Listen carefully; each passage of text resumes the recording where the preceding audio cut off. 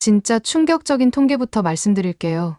연애하는 커플 중에 3개월을 넘기지 못하고 헤어지는 비율이 무려 70%라고 해요. 3개월이라는 시간이 그만큼 중요하다는 얘기죠. 그런데 왜 하필 3개월일까요? 심리학에서는 이 시기를 관계의 분기점이라고 불러요. 초기의 설렘과 호기심이 서서히 사라지면서 진짜 상대방의 모습이 보이기 시작하는 때거든요. 오늘은 이 중요한 3개월 차에 꼭 해야 할 것들을 알려드릴게요. 실제로 많은 커플들이 이걸 모르고 헤어지는 경우가 정말 많아요. 제가 직접 본 케이스들도 함께 말씀드릴게요. 우선 3개월 차가 왜 이렇게 중요한지 이해해야 해요. 연애 초기에는 도파민이 엄청나게 분비돼요. 그래서 상대방의 단점이 보이지 않거든요. 모든 게 완벽해 보이고 로맨틱해 보여요. 그런데 3개월이 지나면서 이 도파민 분비가 줄어들기 시작해요. 그때부터 상대방의 진짜 모습이 보이기 시작하는 거예요. 평소 습관이나 성격 같은 것들 말이죠. 이때가 바로 진짜 사랑인지 아니면 그냥 호감이었는지 판별되는 시기예요. 첫 번째, 서로의 일상을 공유하기 시작하세요. 초기 3개월 동안은 주로 데이트 위주였잖아요. 예쁘게 꾸미고 만나서 좋은 곳만 다녔을 거예요. 그런데 이제는 일상적인 모습도 보여줘야 해요. 실제로 제가 아는 커플이 있었는데 처음 3개월은 정말 완벽한 데이트만 했대요.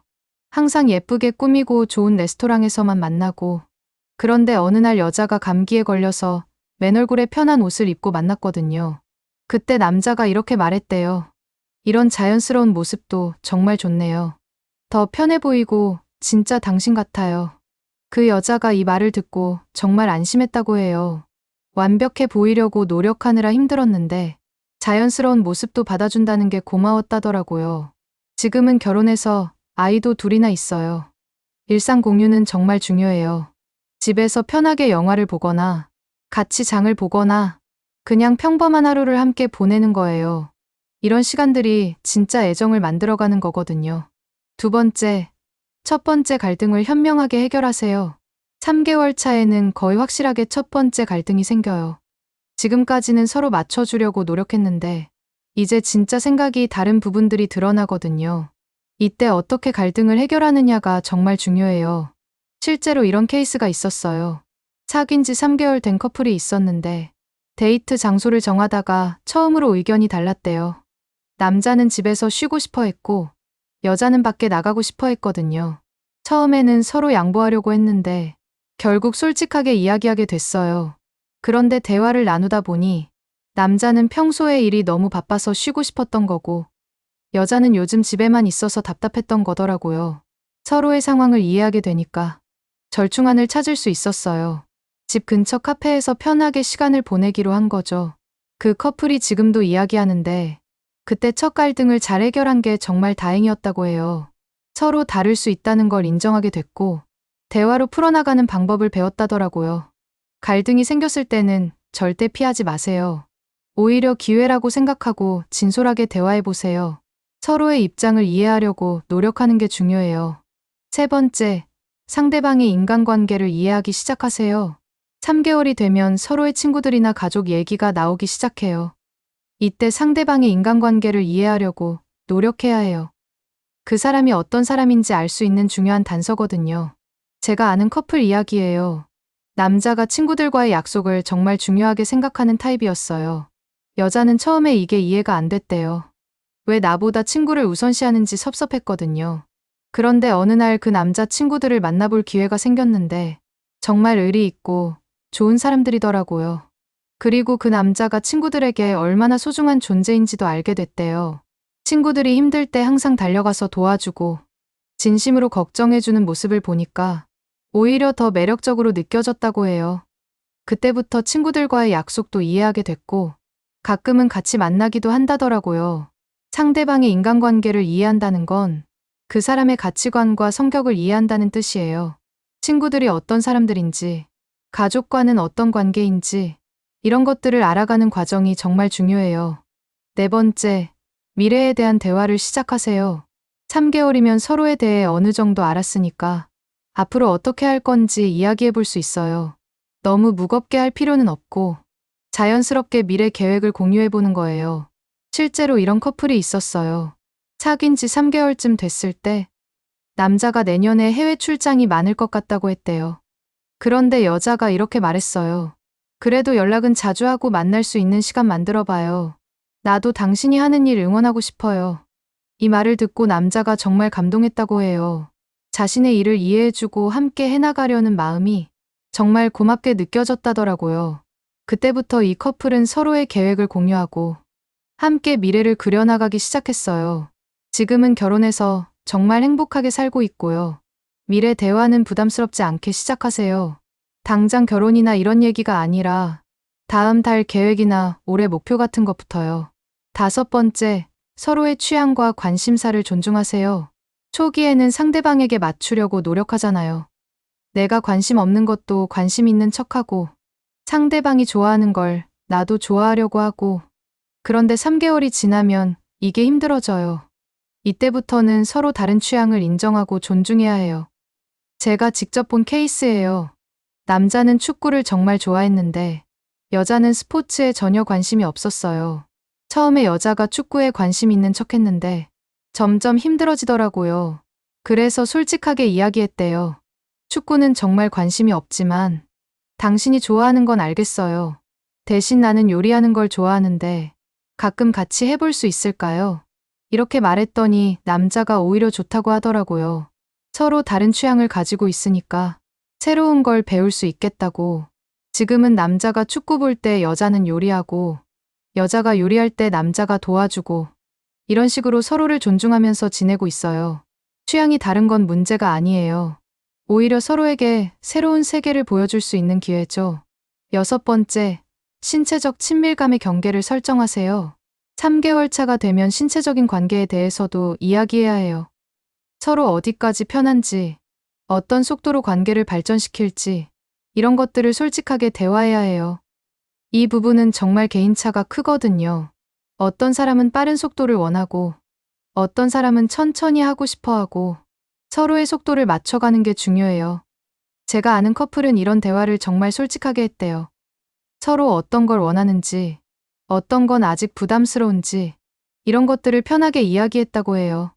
처음에는 부끄럽고 어색했지만, 이런 대화를 통해서 더 가까워졌다더라고요. 서로를 존중하고 배려하는 마음이 느껴졌다고. 이런 대화는 절대 피하지 마세요. 서로 다를 수 있다는 걸 인정하고 상대방의 속도에 맞춰주는 배려가 필요해요. 7번째, 개인 시간과 커플 시간의 균형을 찾으세요. 연애 초기에는 매일 붙어 있고 싶잖아요. 모든 시간을 함께 보내려고 하고 그런데 3개월이 지나면서 개인 시간의 중요성을 깨닫게 돼요. 각자의 공간과 시간이 있어야 건강한 관계를 유지할 수 있거든요. 실제로 이런 커플이 있었어요. 처음 3개월은 정말 매일 만났대요. 하루 종일 같이 있어도 부족할 정도였거든요. 그런데 점점 피곤해지기 시작했어요. 각자 해야 할 일들도 밀리고 친구들과의 약속도 계속 미루게 되고 그래서 솔직하게 이야기해봤대요. 서로 사랑하지만 개인 시간도 필요하다고. 일주일에 2회, 3번 만나고 나머지 시간은 각자 자신만의 시간을 갖기로 했어요.